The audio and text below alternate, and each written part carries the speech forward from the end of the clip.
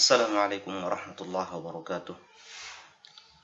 Innal hamdalillah nahmaduhu wa nasta'inuhu wa nastaghfiruh wa na'udzu billahi min shururi anfusina wa sayyiati a'malina. Man yahdihillahu fala mudilla lahu wa man yudlil fala hadiya lahu. Asyhadu an la ilaha illallah wahdahu la syarika lah wa asyhadu anna Muhammadan 'abduhu wa rasuluhu la nabiyya ba'dah. Amma ba'd. Kaifa halukum ayyuhat tullab? Semoga kita selalu dalam lindungan Allah Subhanahu wa taala serta diberikan keistiqomahan oleh Allah Subhanahu wa taala dalam menjalankan sunnah-sunnah Nabi sallallahu alaihi wa ala alihi wasallam. Ahibba'i tullab, a'azzani Allah wa iyyakum. Pada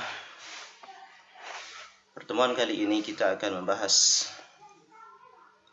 mengenai tahapan-tahapan dakwah Rasulullah, yang mana dulu ketika kita masih berada di ma'had, kita sudah membahas dua tahapan dakwah Nabi sallallahu alaihi wasallam, yaitu yang pertama al-marhalatul ula ad-da'watu ila Allah sirra. Yang pertama adalah tahapan bagaimana Rasulullah berdakwah secara sir, secara rahasia. Lalu yang kedua al-marhalatus tsaniyah, tahapan yang kedua al-jahru bid-da'wah. Bagaimana Rasulullah setelah berdakwah dengan sir, lalu beliau berpindah ketika diperintahkan oleh Allah Subhanahu wa taala dengan berdakwah secara jahar, secara terang-terangan, terbuka.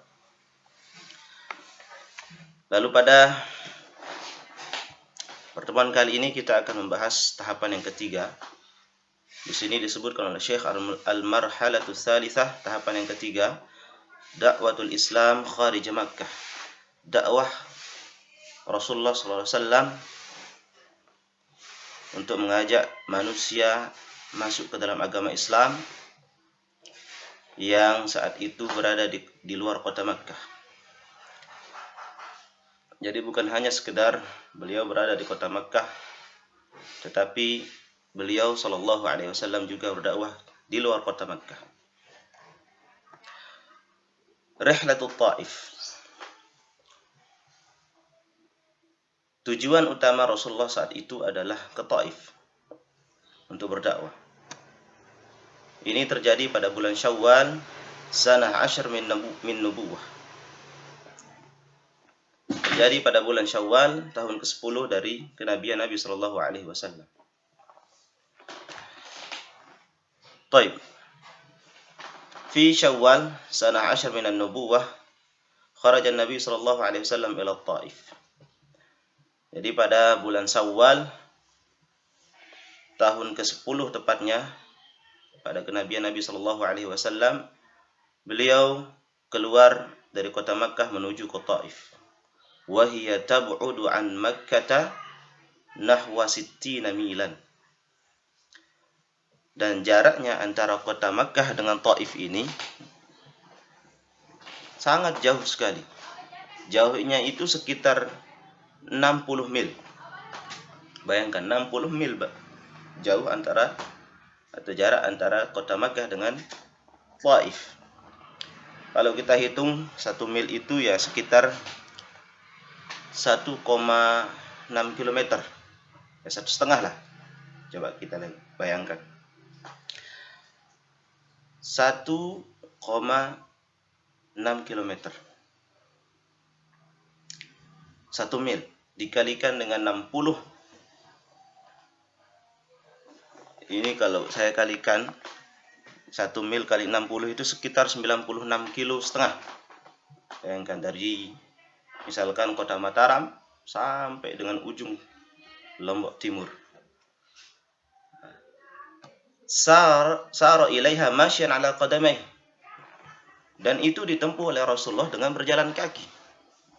Coba antum bayangkan, kalau seandainya kita yang berjalan dari kota Mataram misalkan sampai dengan ke Lombok Timur, sangat-sangat jauh. Tidak bisa kita tempuh seperti itu. Ya, tentu karena memang dulu juga tidak ada transportasi seperti sekarang ini yang mempermudah kita untuk berjalan menuju sesuatu tempat. Wa ma'ahu maulahu Zaid bin Harithah radhiyallahu anhu.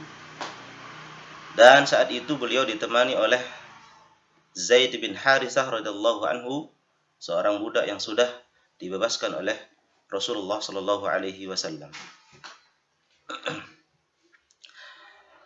Bada sallallahu alaihi wasallam bisadatil qaum. Lalu setelah Rasulullah sampai di kota Taif, beliau memulai dakwahnya dengan mendakwahi para tokoh-tokoh, para pemimpin-pemimpin kaum yang ada di Taif. Fakallamahum 'anil Islam wa da'ahum ila Allah. Lalu beliau mulai menawarkan agama ini, Islam ini, mendakwahkan mereka kepada jalan Allah Subhanahu wa taala.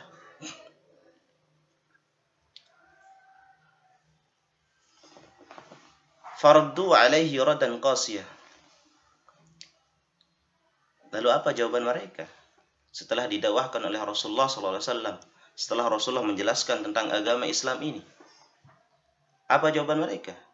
Justru yang mereka lakukan pada Rasulullah adalah apa? Mereka menolak mentah-mentah.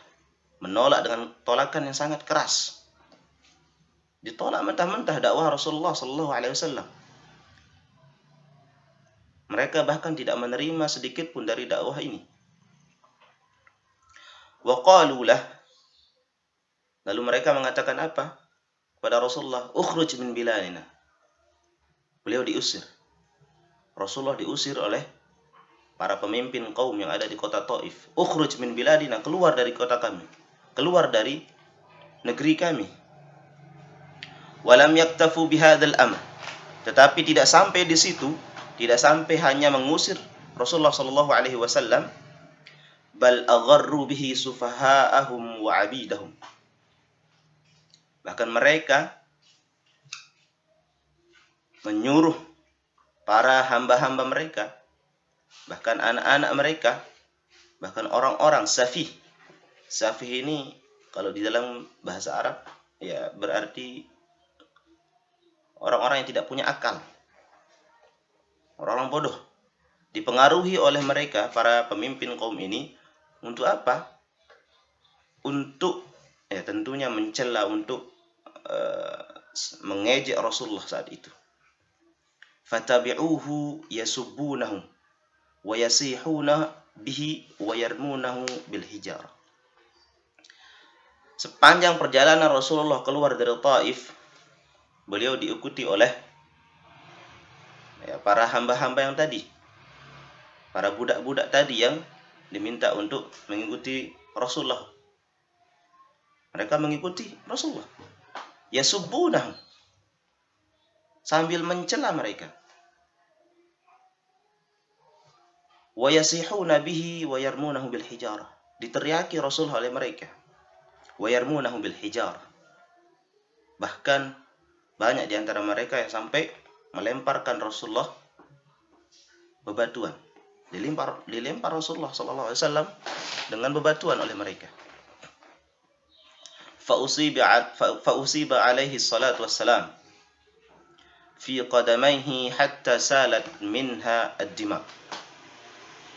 Sampai-sampai Rasulullah kakinya itu terkena oleh lemparan batu tersebut, sampai mengeluarkan darah.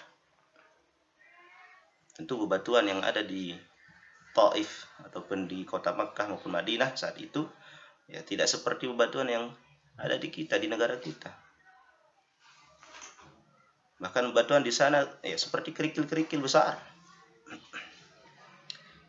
Maka ketika kena kakinya Rasulullah sallallahu alaihi wasallam tentu akan berdarah, mengeluarkan darah. Wa asaba an-nabi sallallahu alaihi wasallam min al-hammi wal huzni wat ta'bi, sehingga Rasulullah merasa sedih, kesusahan dan capek tentunya. Bayangkan siapa yang tidak akan capek ketika berjalan berkilo-kilometer ya dari kota asal, lalu ketika sampai di tempat tujuan, apa yang menjadi tujuan juga untuk ke kota tersebut tidak tersampaikan, ditolak mentah-mentah. Itu yang membuat Rasulullah bersedih,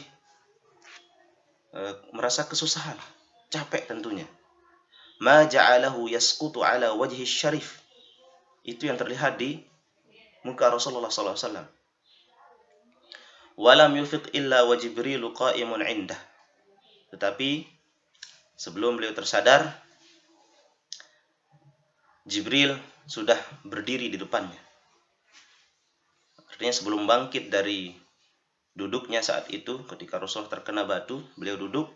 Tapi sebelum bangkit, Jibril datang kepada beliau, berdiri di depan beliau.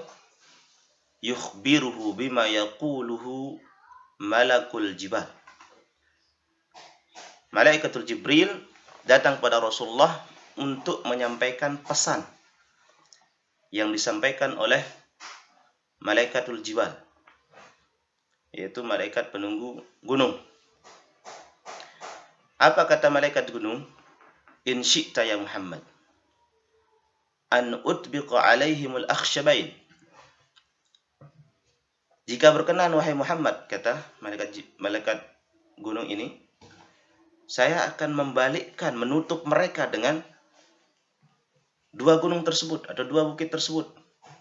Al-akhsyabain. Dari kata akhsyab, khasyab. Khasyab ini artinya kayu-kayuan, pohon-pohonan. Ini sekumpulan pepohonan yang ada di gunung tersebut.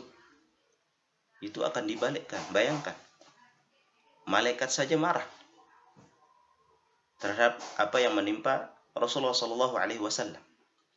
Sampai-sampai ingin menimpakan mereka, orang-orang Taif ini, dua gunung tersebut atau dua bukit tersebut yang penuh dengan pepohonan tentunya, supaya Taif ini tertutup oleh gunung tersebut. Fa'atal jawabu minhu alaihi salatu wassalam bil afwi anhum qaila. Lalu lihat apa jawaban Rasulullah terhadap tawaran dari malaikat penunggu gunung tersebut.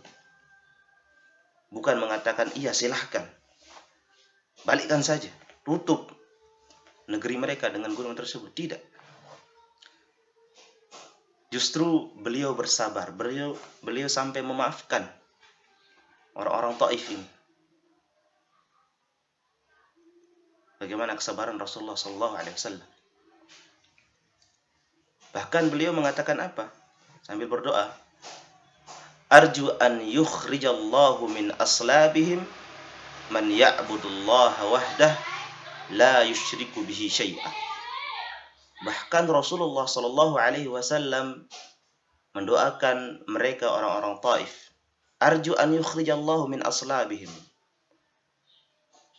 Saya berharap, kata Rasulullah, Allah akan mengeluarkan dari anak keturunan mereka nantinya man ya'budullaha wahdah, orang-orang yang menyembah kepada Allah Subhanahu wa taala, la yusyriku bihi syai'ah, dan tidak menyekutukan Allah Subhanahu wa taala dengan yang lainnya.